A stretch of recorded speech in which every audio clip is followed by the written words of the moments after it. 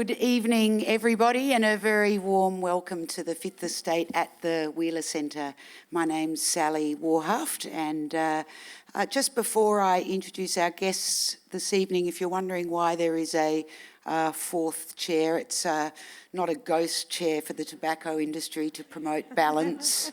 It's International Day of the Imprisoned Writer today, and it's the pen empty chair, who many of you will have seen at writers' festivals and other places. And so it's a day where we remember writers that have been imprisoned, tortured, forced into exile, or in any way not able to write, people that have been silenced. And there are more than 1,000 writers and journalists worldwide, and the PEN organisation internationally calls for the investigation and prosecution of those who murder writers, and it's a crime that is all too frequent.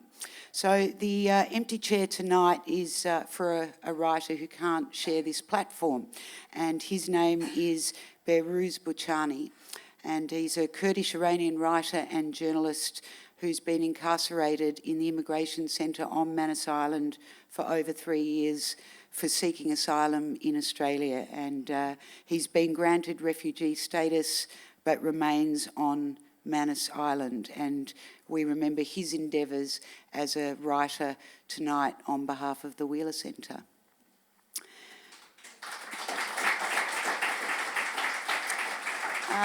So down to business, and our topic tonight, of course, is big tobacco. And I remember a time where you could smoke in aeroplanes and supermarkets. And in fact, my father, who is a retired doctor, used to take my brothers and I on the rounds as children in the evening, the night before patients had their operations, and he'd be smoking cigarettes in front of his patients. I grew up in a plume of smoke, and I'm sure many of you here remember that as well.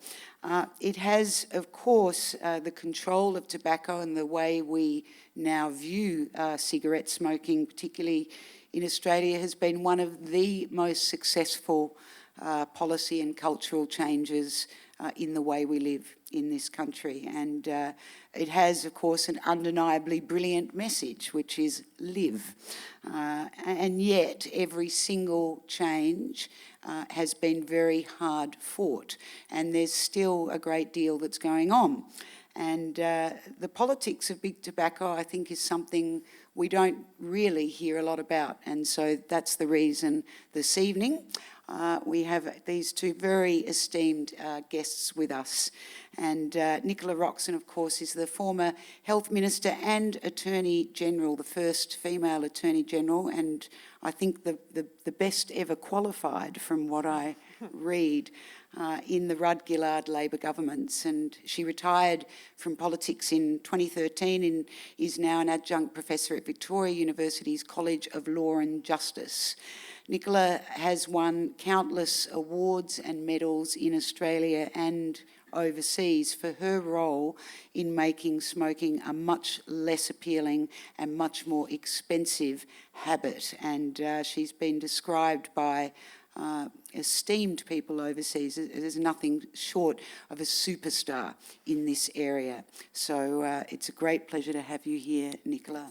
Kylie Lindorff is another superstar of this change. She's the Manager of Tobacco Control Policy at the Cancer Council Victoria. She's worked in tobacco control for 18 years and, among many other things, is a member of the government's expert advisory group on plain packaging. Please give them another welcome.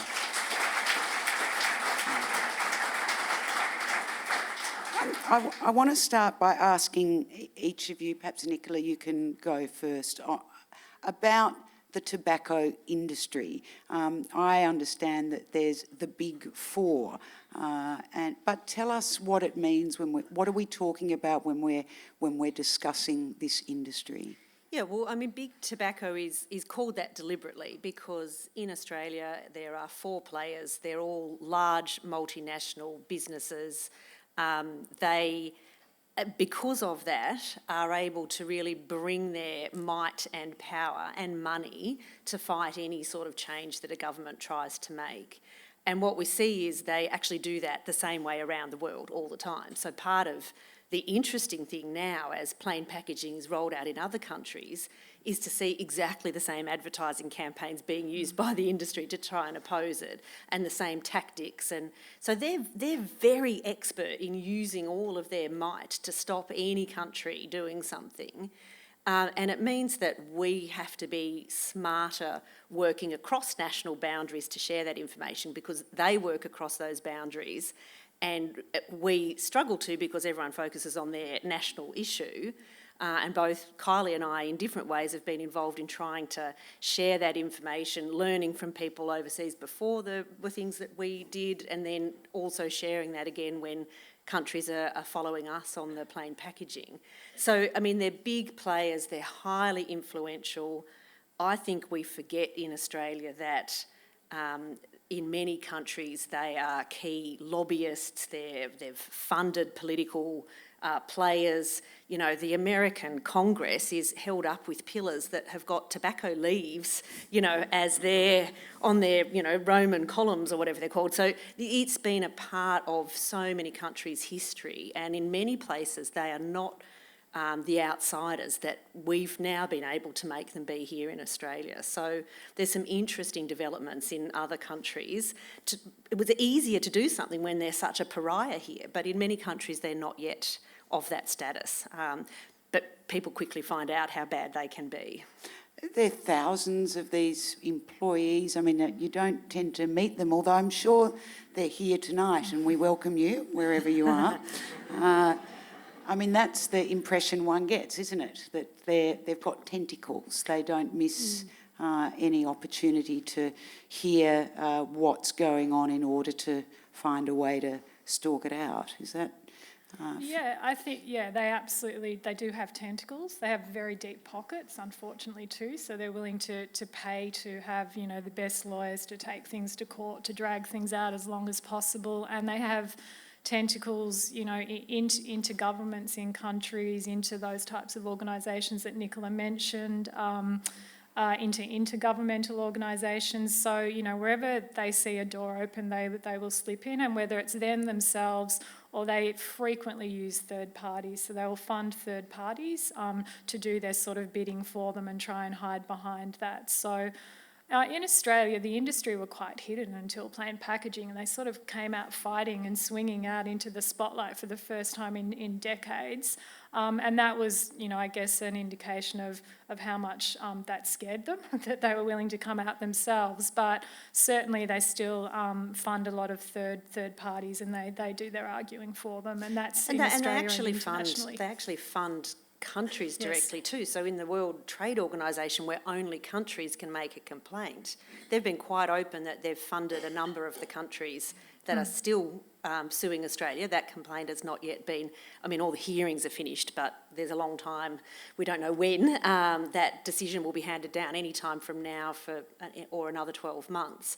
But I mean, they were quite open that they were funding the Ukraine. They were quite open that they were funding some of the other parties. So it's not, I mean, here that would be an outrage. In other countries, that's, you know, normal that the industry would pay for that sort of action to be taken. So within Australia, what are these other third parties? Are they organisations, individuals?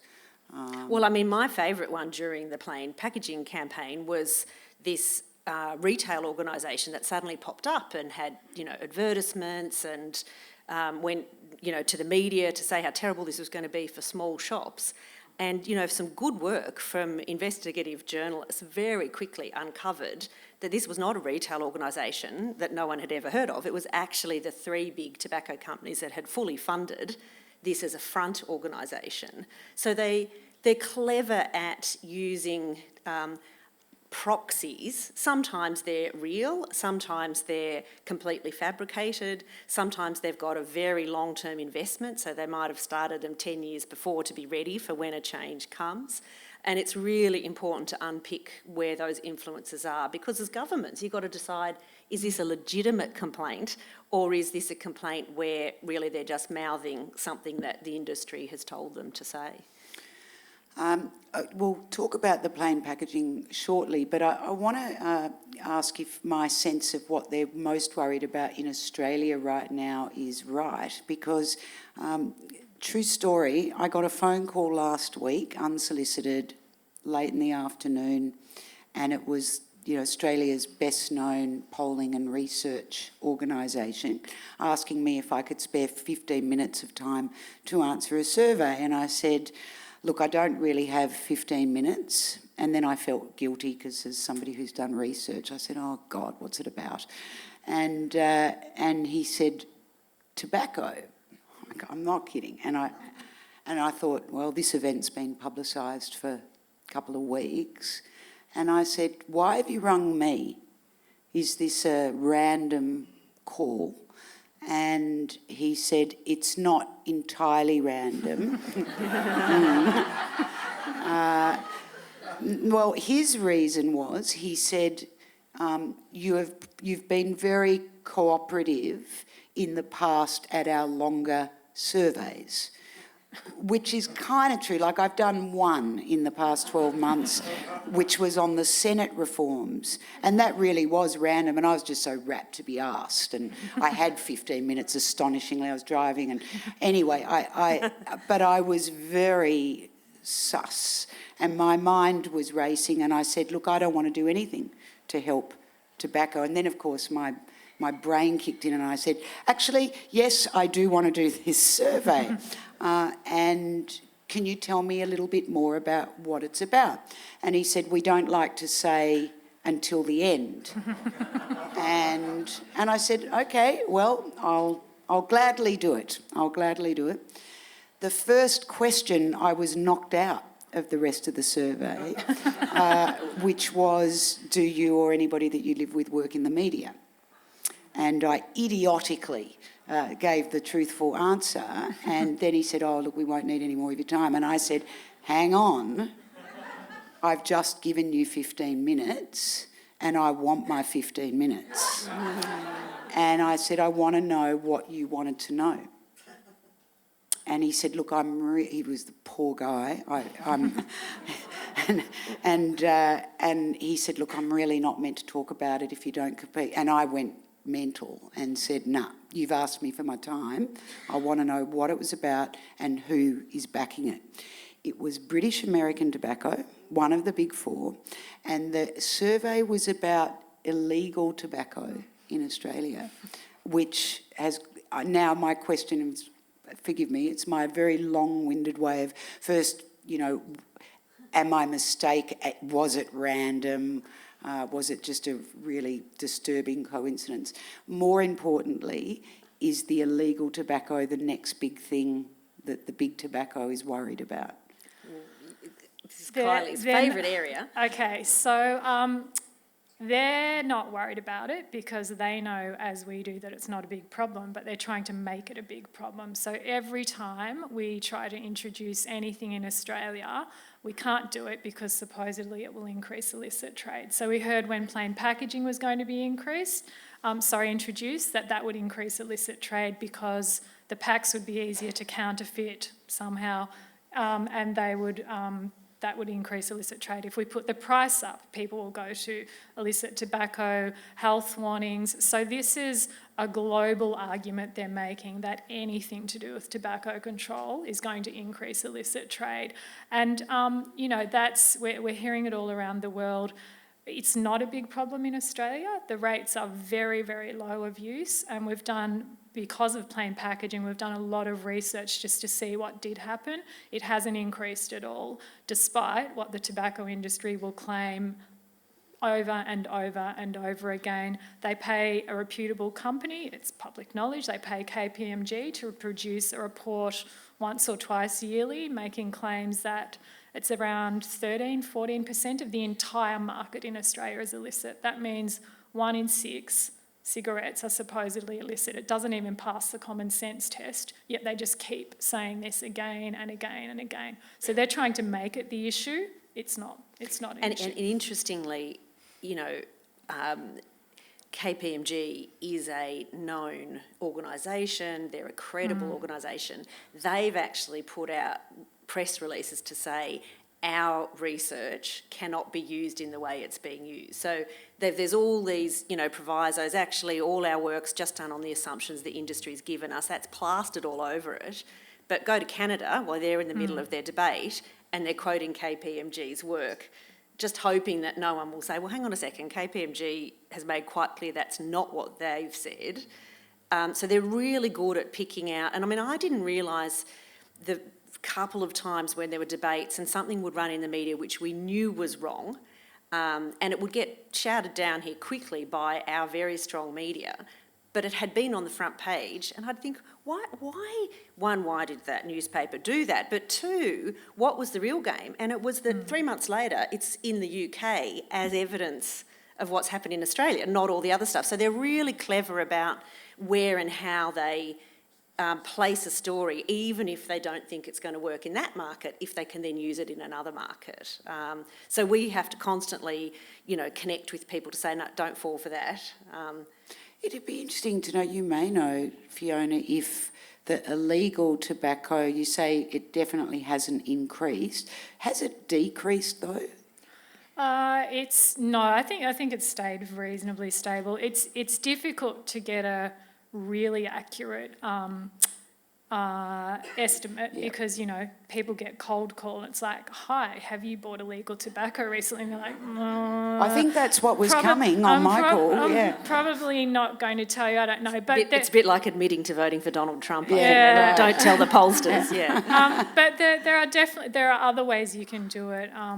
There's been some surveys where people will go into a shop, researchers, and ask for, have you got the cheapest pack possible, and see how many times they get offered it. And they've done that before, plain packaging and after, and asking people, did the last pack you buy have a graphic health warning on it, the big ugly picture? And if they say no, clearly that's illicit tobacco. So there's been a range of different surveys out there, and they're all saying it's fairly stable, and it's probably more like around 3% of people use it regularly, which is tiny compared to the 14-15% the industry claim. The plain packaging laws, which you introduced and were a game changer in Australia and are now changing things around the world. Tell us what you know of this around the world. You've both, had some very recent and interesting travels. Fiona, you got back from India yesterday. Tell us what's going on in India, which is a culture that is so different in its smoking norms and in its healthcare policy than here. Sure. So I was over there for, and there's lots of acronyms and torturous words here. So the Framework Convention on Tobacco Control is a treaty that was developed under the World Health Organization. So it's the first public health treaty around the world, and it's around tobacco control. So it was really quickly embraced. There are now 180 parties, so 180 countries that have signed on. Australia is one.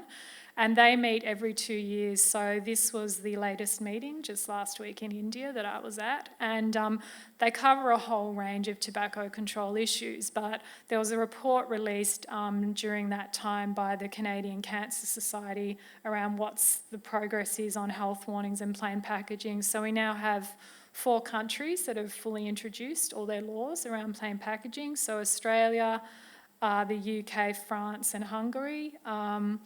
New Zealand, Norway and Ireland have nearly finished legislation. There's 14 more countries lined up after those first 4. So it's rapidly being embraced, and we will see plain packaging, I think, even continue even faster in the coming years. So we certainly started a tidal wave, a great one here in Australia, and it's really pleasing to see how quickly other countries are picking it up. And it's because it works, and that's indisputable now.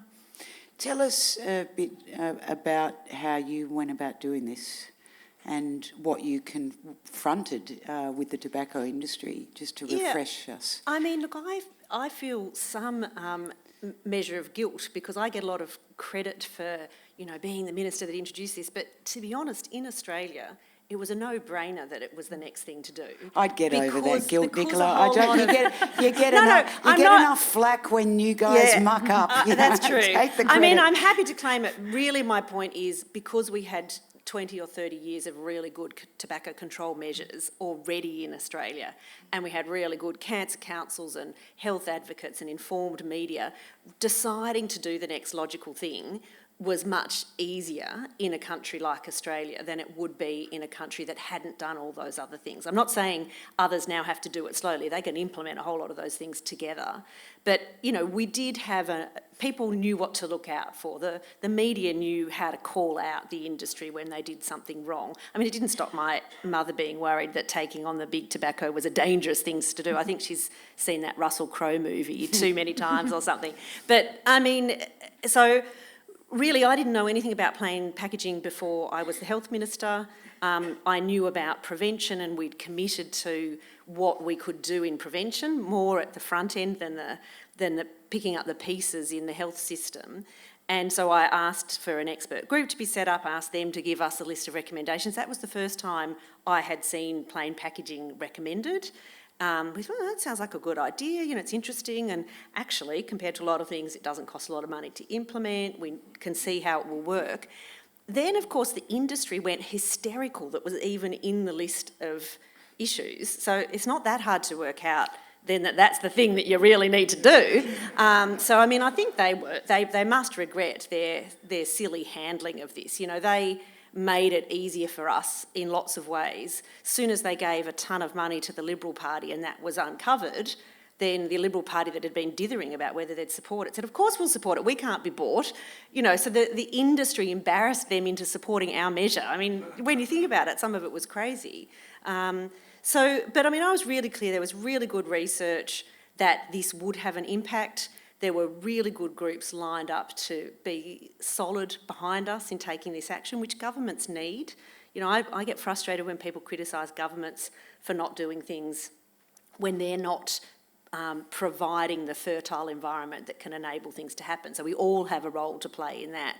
And the health groups were just fantastic on that. And I didn't realise until I started doing more of the international work that it's really unusual for doctors and nurses and others who were very active here in supporting the measures are not that active on a whole lot of public health issues in many other countries. So we had a lot of players to help us, and I think the industry knew they were going to lose, but they wanted to fight really hard because they were just trying to stop it getting a hold anywhere, and particularly in a country where we could do the research and then prove that it worked, and then, of course, use that elsewhere. So I'm pretty sure we're what's called a dark market for the tobacco industry. They know rates are going down, they know we will keep taking interventions, and really what they're trying to do is stop others copying us. There's so much in what you've just said. Let me start at the first remark you made, which is that Australia has been really good on this policy for a long time, and you're right, obviously, because and I've been looking at this in the past couple of weeks, and it has been quite sort of, consistently gradual steps over the years, over the decades, on the one hand. On the other hand, there seemed to be a break, and I don't know whether it was 10 years ago or 12 years ago, but sometime in the past decade or so, where it just turned and being a smoker became very, very difficult. It changed culturally. I mean, the aim, and Kylie will, talk more about this, I'm sure, from the research and things, but the aim is that you're denormalising it. You're trying to get to the position where it's unusual for people to smoke rather than just an accepted part of life.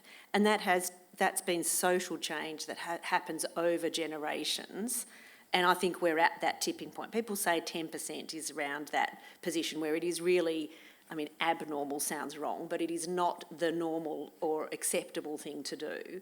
And that has health benefits. So, it's not to try to stigmatise people, it's to try to make sure you're not setting a pattern for the next generations to smoke at the levels that previous generations used to. And that's very powerful.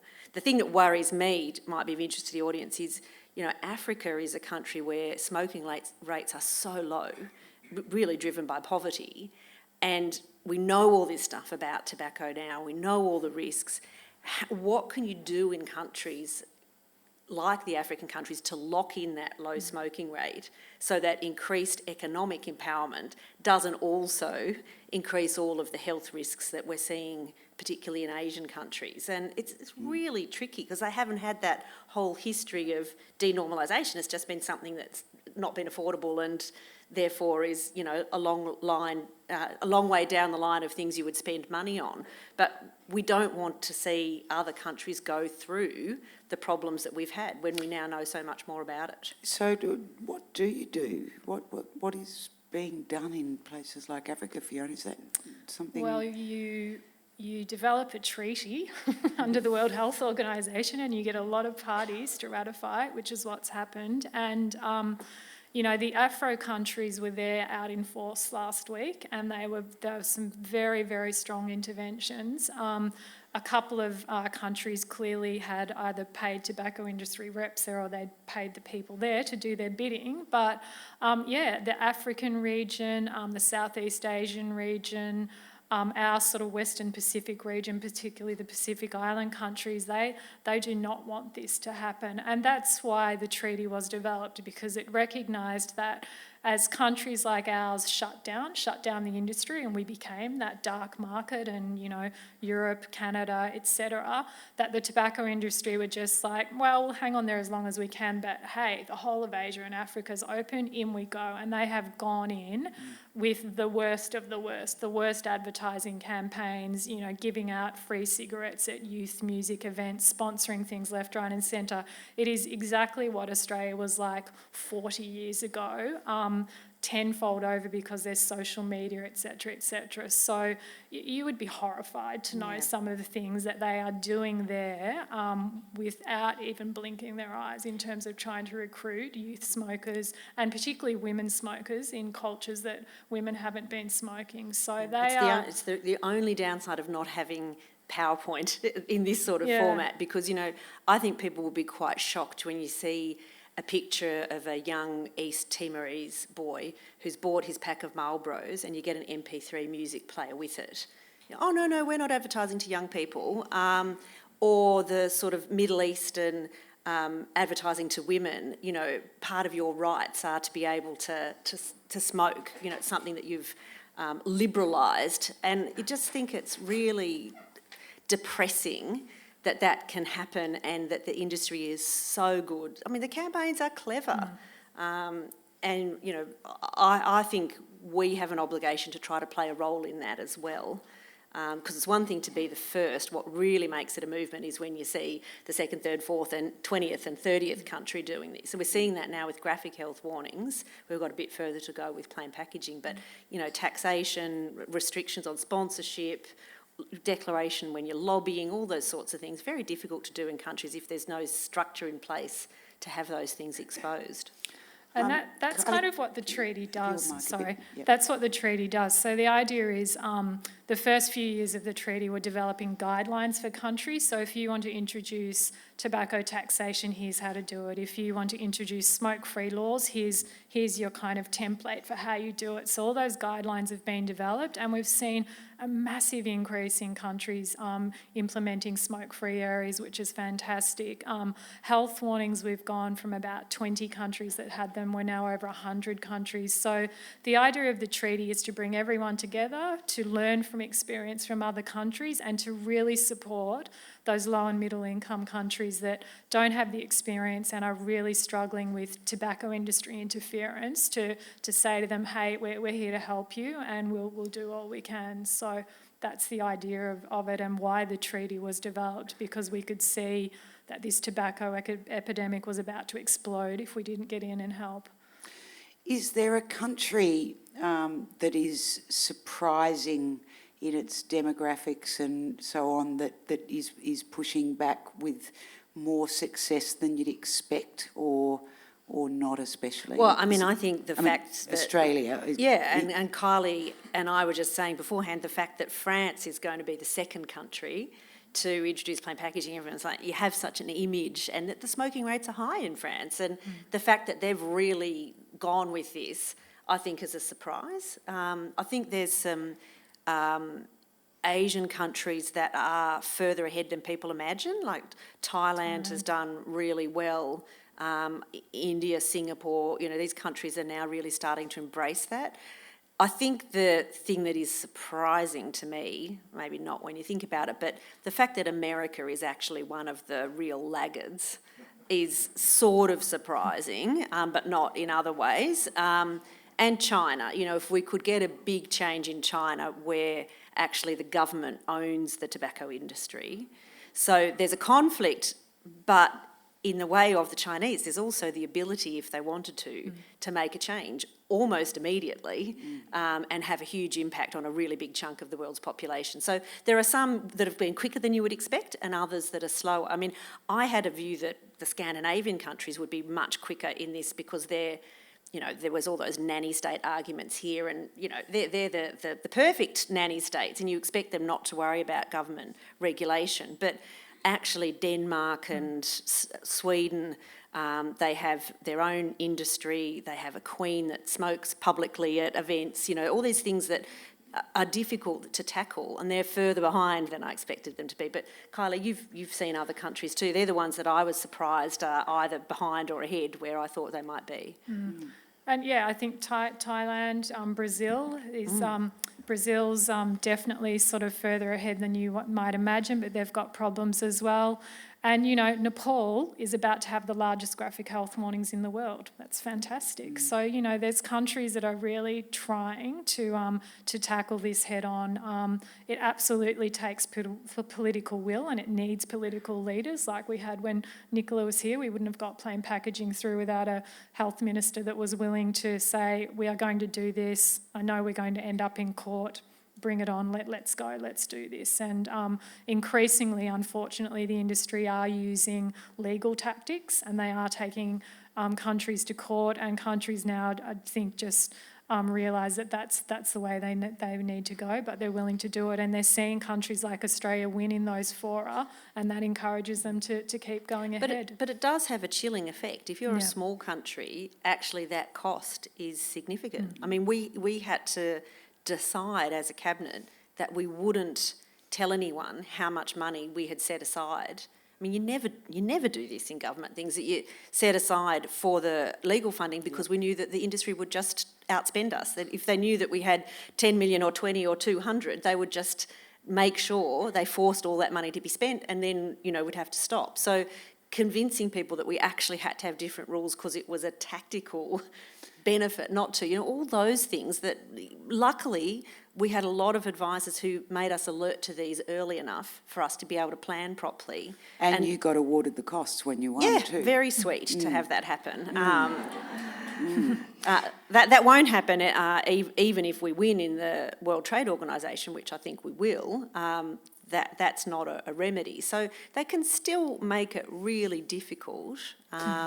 And in fact, so much of what continues to be done or what people would like to be done in tobacco control, this problem of funding, that it does require money to invest in.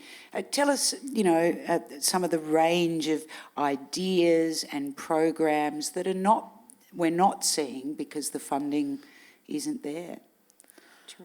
The big one that's probably as a cancer organisation that we would like to see at the moment is certainly far more funding for mass media campaigns on TV. Probably after increasing the price of tobacco, that is the next most effective thing that you can do to inspire quitting behaviours and stop relapse. So Australia probably hasn't had funding at the level it should be for quite a few years now, 5 or 6 years. It's been cut back, and we absolutely need that. And have smoking rates begun to increase again with that cutback? No, definitely not. We've seen really big drops, but we've had quite high tax increases, and for the last 4 years, we've got them locked in for another 4 years. We've had plain packaging, obviously, which had a really big impact, and we know that from the research. And to be honest, also, when you have a political controversy over a public health issue, it becomes part of the education campaign, because every time you're in the media about a contested issue, you're talking about why you're doing this and why smoking's dangerous and why you don't want the next generation to. So, you know, if we'd had to pay for that free media, it would have been very expensive. So, you know, it's one of the few upsides of having a really contested argument over these changes is that you actually do get to talk about it again. And we had, you know, school kids writing to us, lovely letters from primary school children. Why, if it's so dangerous, don't you just ban it altogether? Well, that was my next question. Well, you know what? I mean, it was actually really good because I felt comfortable writing back and saying, you know, good on you. It is really dangerous. If it was a new product now, it would not be legal.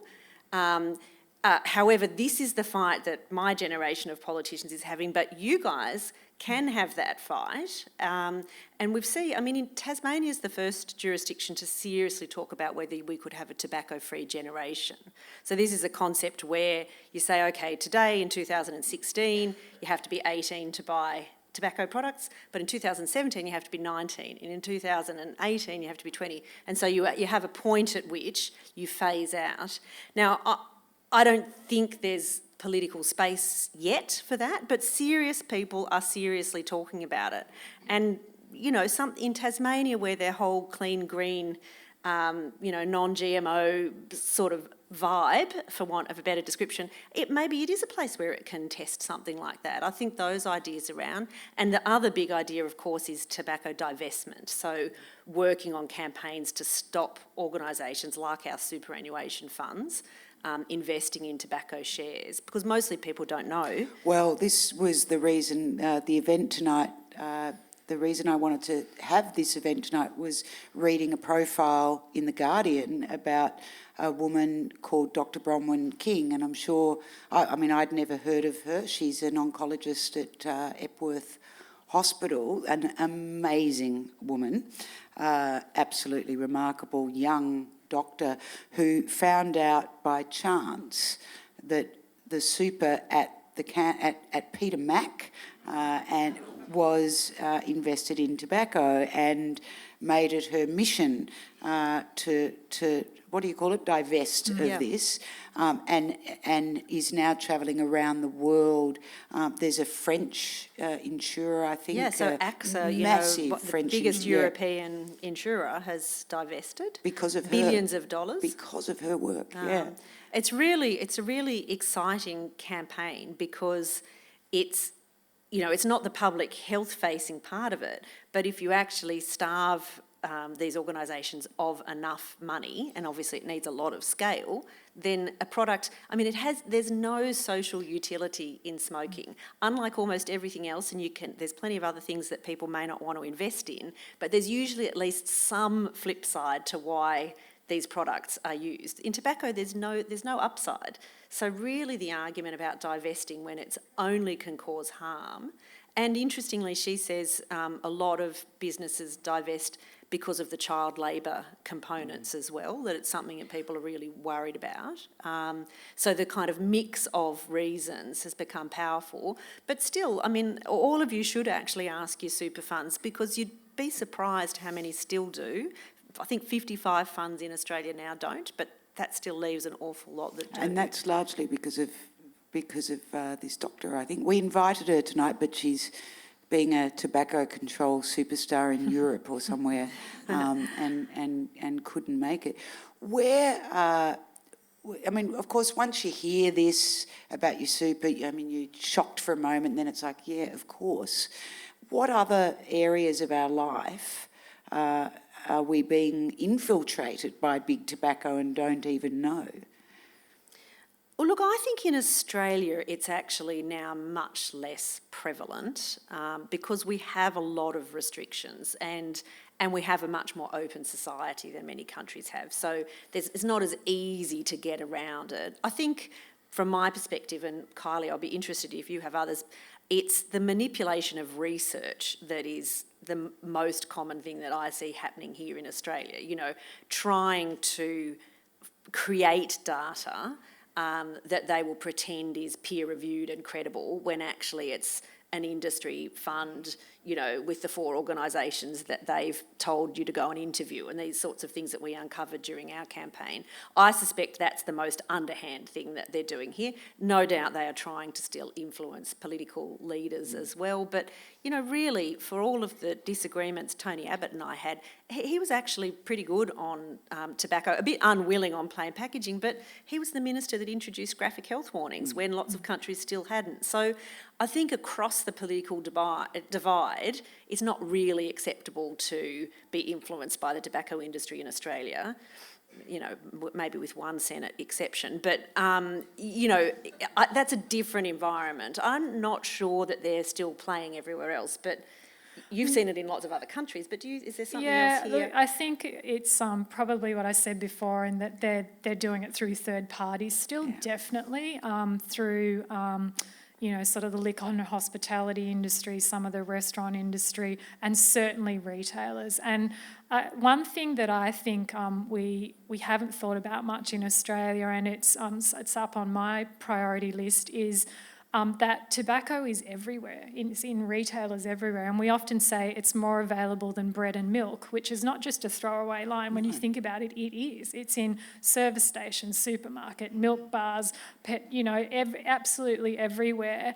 And that is no mistake. That is, they control every single aspect of that in terms of the displays, what's on display, even though you can't display anymore. They control the price board, what things are at the top, what's on special each week, which deals that corner shop gets because they sell more than the one down there. So that entire retail sector, they totally control, and we've done very little in Australia to sort of change that. So certainly really high on the list for organisations like what I work for, is to try and really cut through that retail availability. We shouldn't be able to buy it. It kills 2 out of 3 long-term users. Why can you pretty much buy it almost everywhere 24 hours a day? It's crazy. I've never been able to work out why that is so, and yet for many smokers who need nicotine replacement products, you can only get it from the chemist. I always thought it should be the other way around. That you go and purchase your cigarettes from the chemist, where you have the availability of some health advice and support, even on prescription. You know, I mean, I think they're really interesting discussions to have, and remind me to come back to the other products that we're seeing in other countries as well, because Australia hasn't really had that happen. But I think the only risk, with my former health minister hat on, about selling through pharmacies is thinking through whether it implies that it's safe. Because you otherwise buy your health products and your products that are tested to treat. Programs. Sure, but actually in an extraordinarily small scale. So I wouldn't say out of hand. I think if we could restrict supply and places of supply, that makes sense. And if we can put people in places where they might also get some healthcare intervention. But I do think there's a risk of the message that can be sold. I mean, I used to say, why don't we only sell them in over 18 venues? Because they're not meant to be sold to anyone except over 18. So why can't they be in the liquor store, not in the supermarket, or in and because that way you're just looking at your age control, and you would think your enforceability.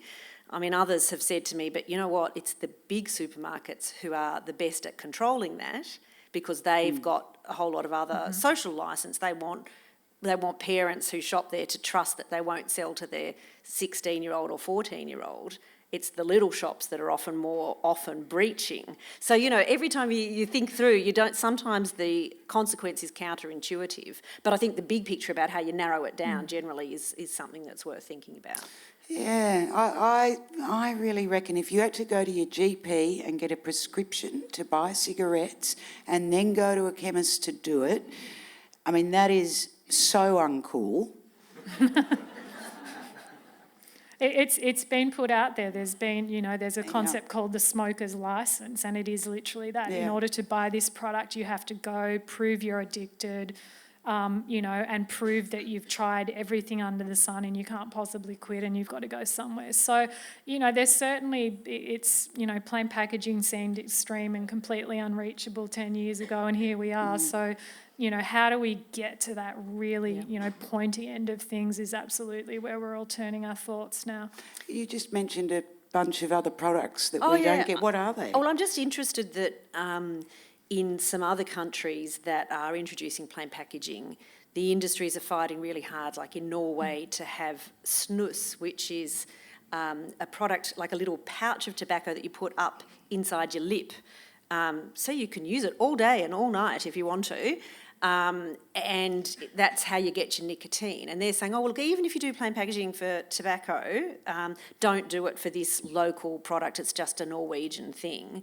But then you see the same argument, don't do it for chewable tobacco in India, or don't do it here. And I mean, I think there's a whole lot of problems that people would have in the World Trade Organisation if they do that. But I'm worried that it's actually the same big players that are investing in those. And I feel like they're testing out those products and really expanding them. This conference that I was at recently, the Norwegian presenter said, 2 years ago they had 3 or 4 different types of snus different packaging. It's all the same product. They now have 120. You can get them in little pink ones, you can get them in ones that look like your Tic Tacs, you can get them in ones that are different colours for boys than for girls, and it's all the stuff that we saw them doing with tobacco before we introduced our controls. So I'm just suspicious that around the world they're looking for new ways to get that highly addictive product to you, and trying to find a whole lot of new customers who will think that the next fun thing to do ways to brand it as well, which is why the plain packaging was such an affront to the industry. Yeah, but they look, I mean, seriously, if we had the photo here, you would think I was showing you the makeup bar at Myers or David Jones, and it's all the tobacco products. They look like lipsticks, they look like powder puffs, they look like, they're really, really into the way they position those products, and I can't see that every country is going to be protected from that. Our laws, luckily, are for all tobacco products, but that was by luck rather than good management long, long ago. So it's not like you have to change the law each time. We will probably have to update some things. Other countries, it's for each specific product, so they can just morph into a new one and put all their energy into that. The tobacco control story, I think all the time about climate change. There's a parallel there to me where I worry that in 30 years' time we're going to be looking back at 40 years and saying, or 50 years and saying, God, we knew the science was there, but there was this industry that blocked progress, and tobacco control has similarities in that. I think particularly in the use of research, we now know that the industry knew 50 years before they admitted what the real risks of tobacco were. And they funded doctors for years to be going out and saying it was safe. They denied things, on oath everywhere. I do think there are some parallels in the strategies that have been adopted that we may well find, they use that same playbook. I think it's even beyond parallels now that many from the tobacco industry now work for the climate deniers. Like, they are literally in there, the same lobbyists, the same PR companies, the same, government relations people have all moved there without a doubt, and that's on the record. So it's, and they're using exactly the same strategies. You can almost go through that playbook, as Nicola said, putting out dodgy research to try and muddy the waters, making claims that, we've all heard. So, it's not surprising. They will absolutely use those same tactics. The good thing is a lot of tobacco control people have moved into to climate change and sort of know this stuff inside or out and have gone, all right, next fight, here we go, let's do this all again. So, the parallels are absolutely there because there's many of the same players in there leading those arguments and that denial. I should have brought with me tonight, I've sort of forgot the focus of a writers, organisation, but when I was at this latest conference, I was a bit taken aback because someone said, I want to give you this book on the tobacco industry's ethics. And it's, this is quite a big book. And I sort of went, thinking, that's a bit weird. And of course you open it up and it's all blank pages. I thought, actually, I like that. I should have brought it to show you. The wit and wisdom of Billy McMahon. Oh, that's lovely. We will take some questions. If you have a question, raise your hand, and if an usher puts a microphone in, we'd like you this evening, please, to just tell us your name, and if you are from British American Tobacco, or we do request that you announce yourself down the back there. Hi, I'm Cameron. I think you'll know from my question if I am from a tobacco company or not. So we can't ban tobacco yet, but why can't we ban tobacco companies that say don't satisfy a code of conduct? So that code of conduct could be something that involves some of the worst practices that you described, like advertising to youth or lobbying governments. And if a company doesn't meet that code of conduct, then we could say, well, you can't operate in Australia. And there may be some other national companies that would satisfy that, nationally owned ones that you mentioned that might satisfy the code of conduct. Otherwise, I'm sure another company would emerge that would, happy to make some millions in the short term. And hopefully this regulation would spread to other countries too, and hopefully eventually crowd out some of the worst practices of tobacco companies. Good question. Well, I think you could do that. I think you would be unlikely to catch out the industry doing something really stupid here. It's all relative, maybe a bit stupid, but not really stupid. So I'm not sure that would deliver that. And of course, what we've seen the industry do, even in order to sue Australia in its second of 3 bits of litigation, was it completely restructured Philip Morris Australia, sold it to Philip Morris Asia, based in Hong Kong, in order to use a treaty that Australia had with Hong Kong from 30 years ago to complain about us introducing plain packaging and affecting their investment, which they only had because they restructured the business. So I think I quite like the idea that the focus is not on the individual smoker or on sort of retail, but on the big manufacturer. And in a way, that was one of the upsides also of plain packaging, that you're only asking the big tobacco companies to make a change. You're not really asking everyone else to have to make a change. But I think that they would just find their way to get around it. But I think it's an interesting idea, and we are seeing other countries call out that behaviour early on. When Norway introduced their consultation paper, they listed in 3 or 4 pages, these are the tactics the industry's used in other countries that we are going to be on the lookout for. So they didn't wait till any of it happened. They basically called it out, and they haven't seen some of those same tactics. So I think there's lots of different options, and certainly that would be one that could be on the table. Hi, my name is Peter. I'm not from the industry. I'm interested in advertising and promotional bans, which we've had great success here, but are we winning the war in the developing world? And also, if we've got the 4 companies as pariahs here, can we make some of the third parties pariahs, like by association, whether it's super funds or KPMG or their lawyers or whatever? I think you were pretty careful to point out it's not KPMG. They've denied the conclusions that the industry are using, but they're still doing the work with all of the provisos that say, but by the way, you can't rely on this for anything, knowing full well that the industry will rely on it and that you still have to then keep waving this up in the air. So, I was in Canada the week that their advertising started using KPMG's material, and did, all the national TV and radio saying, they use this, saying that Australia's is a failed experiment. Said they use this because they know they're halfway around the world and they think no one will call them out. And they certainly didn't think that the former health minister was going to be there to do it. It literally was good luck that I was there at that time. So I think you can, and I think it can be uncomfortable, and I think lots of organisations have started to stop doing that. Lots of law firms always acted for whoever came in the door and quite liked big litigious organisations like tobacco are now declaring that they won't act for them. The industry had real trouble finding people to do their advertising when they wanted to run their campaigns against us here. I think that was partly because of the money that is in the social marketing campaigns for government. So there was an economic reason as well as a moral one. But I do think that can change, and any employee in any organisation can be the one to raise, can I just make sure that we don't do this as, I'm just checking that we wouldn't take these clients, or, I get asked as a former attorney to speak at law firms all the time, and I say, well, do you act for the tobacco industry? Oh, not very much.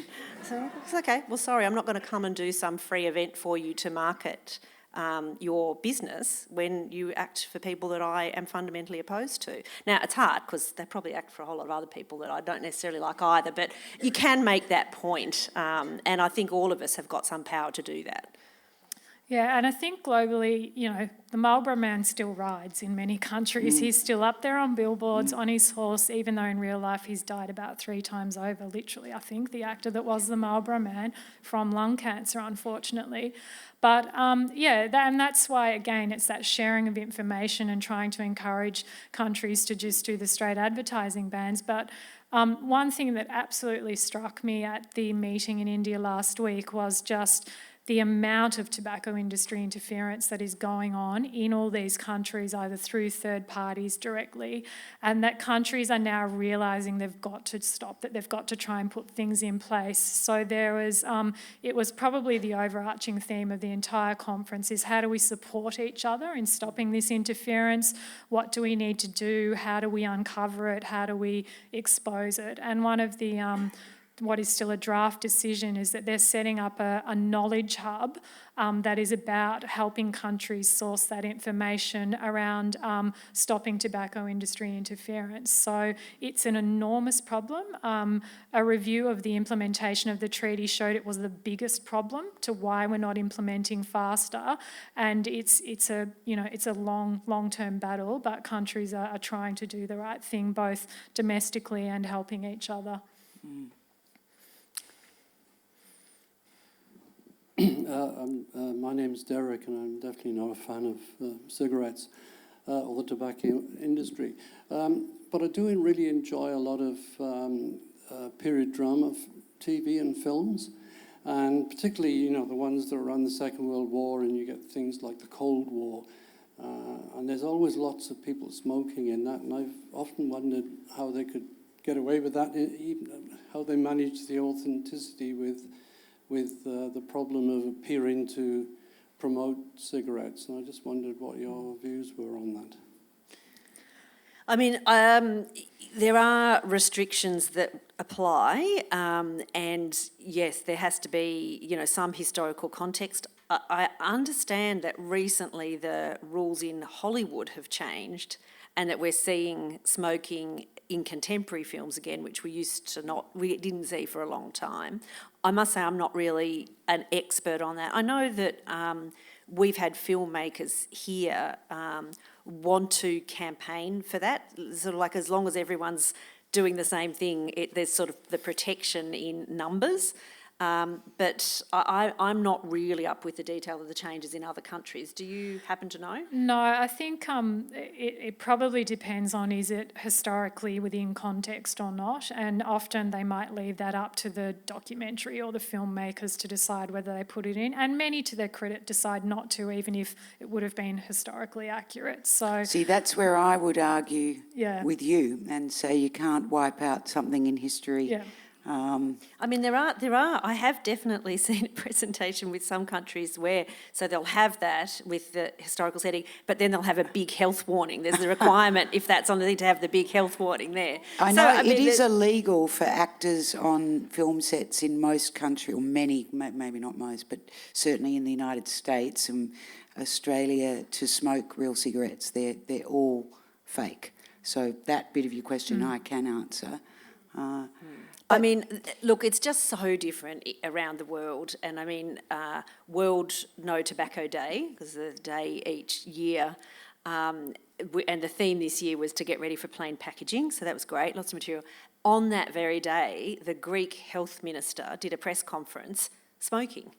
Not to show you that it was bad and, fake dying or something, just because he smoked. And like Queen Marguerite. Yeah. So we are still in a lucky country. The other bit I'd like to add as a sort of anthropologist on your question is that you can show smoking in its historical place, how you show it. I was talking to you about this earlier, Nicola. I've watched an episode of a new, very excellent British series called The Crown, just last night. It's the story of Queen Elizabeth, and it's the most expensive television show ever made. And the opening scene is her father, King George. I've probably got the names wrong, but throwing up blood into a toilet. And the opening hour of this show could be just played as an anti-smoking message. They show his lung being removed and his death from lung cancer. And Winston Churchill's rather hilarious disapproving response to his smoking as Winston lights up a cigar as if this is something different. But I noticed it because it was a really different portrayal of how you can actually still have the smoking, but it's through a bit of a modern lens. We've got 3 women here and we haven't had one question from a woman yet. Next question well, from we've got a a woman. gentleman next, maybe after Yes, that. my name's Ianette. No, that's all right. Ian, excuse me. As a former Minister for Health, what comes next? Is it sugar, gambling, alcohol? And from your experience with the tobacco industry, and on whatever your choice is, how would you start? Well, so I've made a vow since I left politics that I wasn't going to be a commentator on current controversies because, I loved what I did and I'm proud of what I did, but I think the next lot of people then should be able to do their bit. So I won't tell you what I think they should do. When I was there, I definitely thought there was a hierarchy. In that I thought what we knew about tobacco and the harms of the tobacco and no upside and also the readiness of the community was absolutely the obvious starting point. I think the evidence about harm from alcohol is now getting to a point where what we in Australia accept as normal is probably not sustainable. I thought that although obesity, and around the world obesity is definitely the bigger problem, excuse the pun, what there isn't is the same clarity. We have to have food. So there's no simple message like there is for tobacco that just none of it's safe. And I remember someone saying to me, one of the great public health people, the problem with messages about moderation is everyone thinks moderation is just a little bit more than whatever they eat. So you can't. It's really hard to message, and is it exercise and is it something else? So I suspect it might not be sugar as a whole, but I suspect there is more evidence and more campaigning and more expertise coalescing around highly processed foods and sugary drinks because they're more like tobacco in that they don't have any redeeming features. There are plenty of other high sugar products that might also have calcium or might have other nutrients or whatever. So I think that is probably where there is something that is implementable and understandable, that there's work going around, and we do see, unfortunately, some of the same patterns being used for some of those players.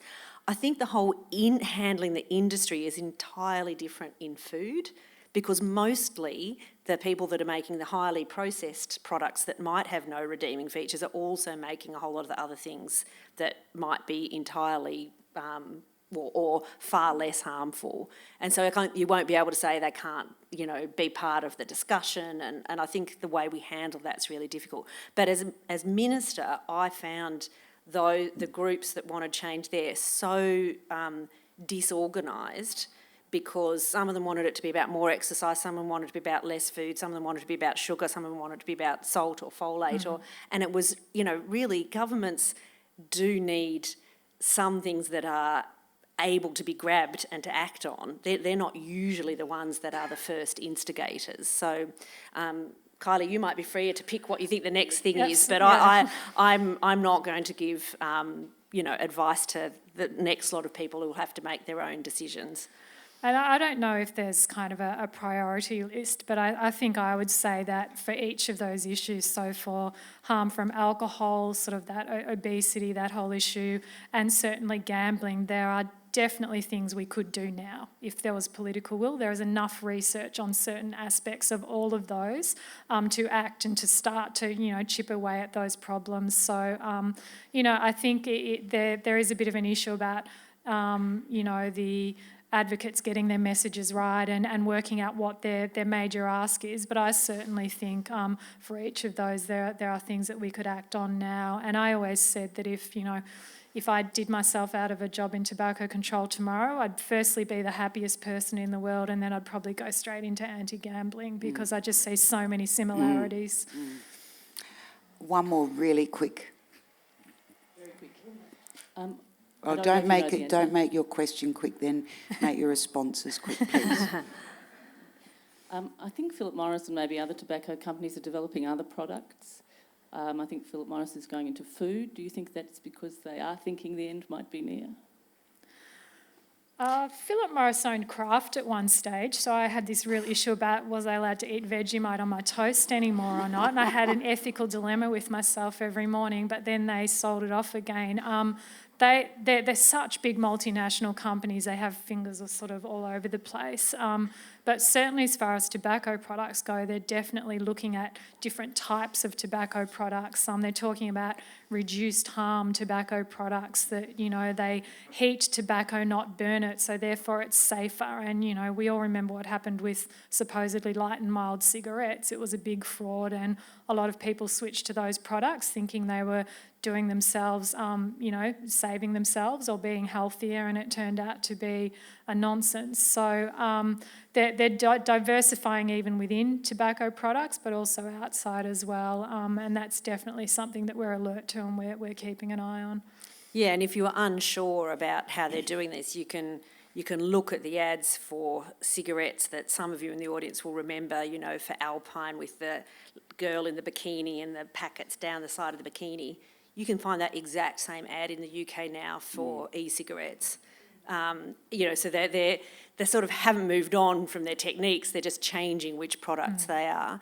And they're very much into, we say these are safer.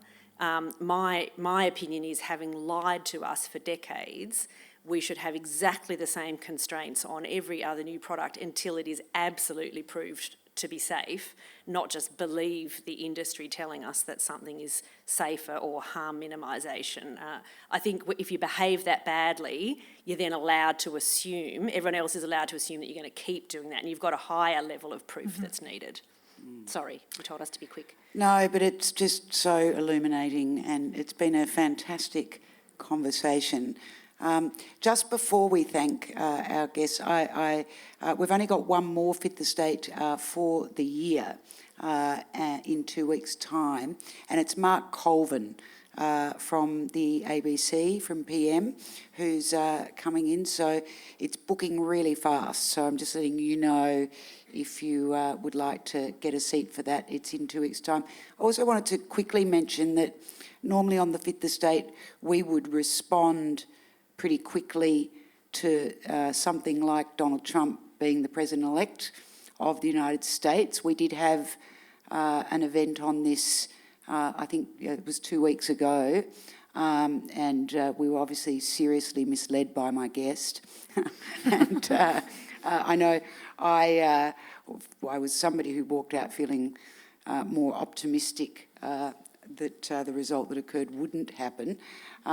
We will be looking at this early next year, within the first 100 days of the inauguration, and when everybody's settled and digested and gotten over their grief or their celebration or whatever it is that they are wanting to do about it. So that was just a word on that.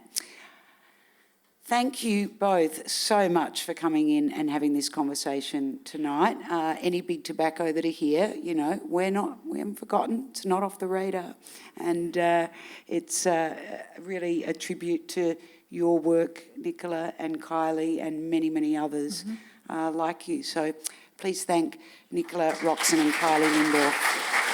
Thank you. Visit wheelercentre.com for the best in books, writing and ideas from Melbourne, Australia and the world.